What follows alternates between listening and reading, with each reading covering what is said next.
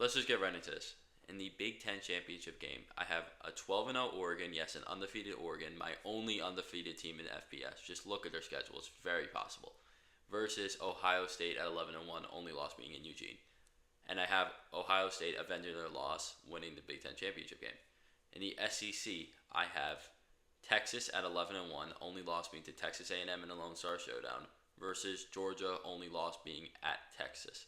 And I have Georgia winning this game, also avenging their loss. Next, I have in the ACC championship game a 10-2 Florida State. Only losses are at SMU. Yeah, I'm saying at SMU and Notre Dame, and Miami, whose only losses are at Louisville and in Florida State in back-to-back weeks. And I have FSU taking that game. And then finally in the Big 12 championship game, I have an 11-1 Utah and a 10-2 Oklahoma State. Very hard to predict. I had five 10-2 teams in the Big 12, but these ended up winning with tiebreakers. Utah's only loss being to Oklahoma State, and then Oklahoma State's losses only being to Kansas State and to BYU, with Utah taking that game. And now, after looking at conference championships, we'll look at the playoff bracket. So, we discussed the conference championship games. Now, let me show you guys my playoff bracket. So, we got Ohio State as the 1 seed, Texas as the 2 seed, Florida State as the 3 seed, and Utah as the 4 seed. The 5th seed, Oregon. 12-0 regular season, only loss in the conference championship game. Georgia is going to be my number 6 seed. They're 11-2, only losses are to Texas twice.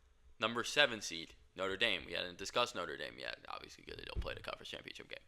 But they go 11-1, with their only losses being to Texas A&M. And the reason an 11-1 team is not higher is because, or at least higher than Georgia, is because they don't have the hardest schedule. I think the only other ranked games they play is Florida State, which they have at home, and then at USC at the last game of the year. So it's a decent schedule, but it's not the hardest one.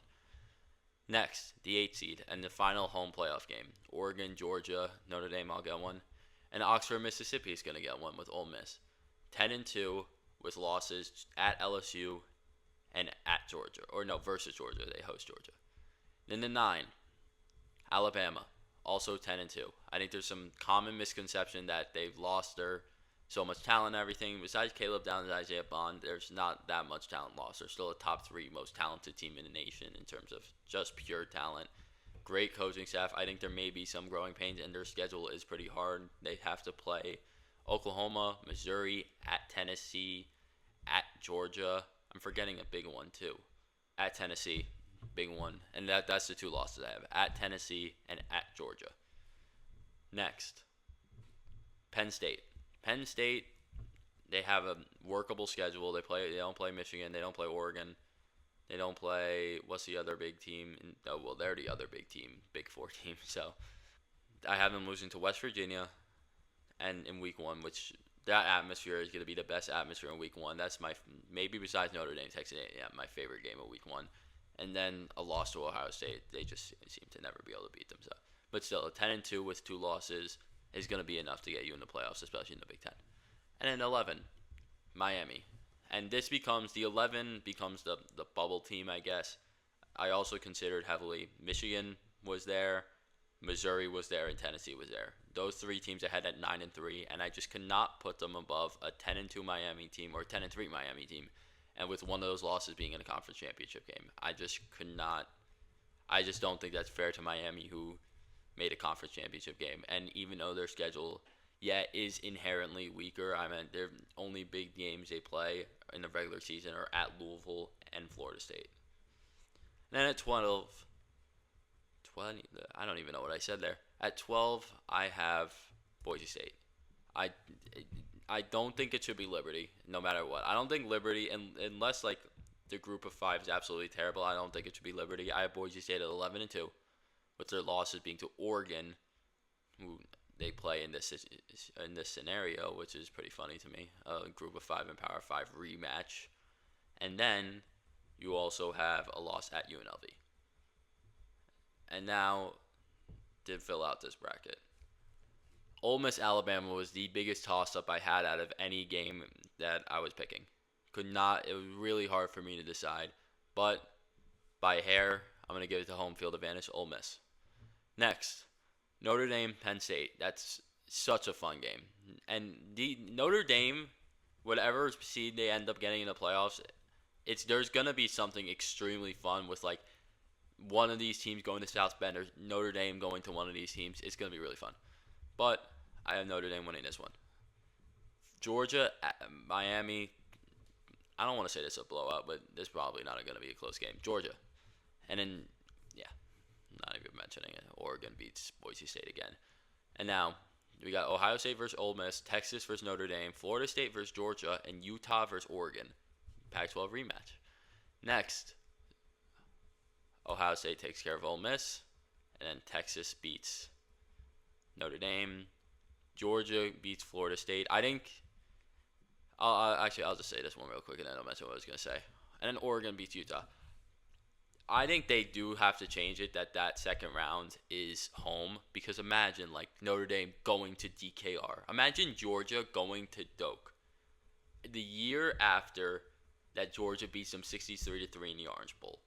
Georgia now has to go to a Florida State team that's in the playoffs, that is presumably healthy, and with no opt-outs. That means insane. And then Oregon, after ditching the Pac-12 originally, I know Utah did the same thing, going to Salt Lake City.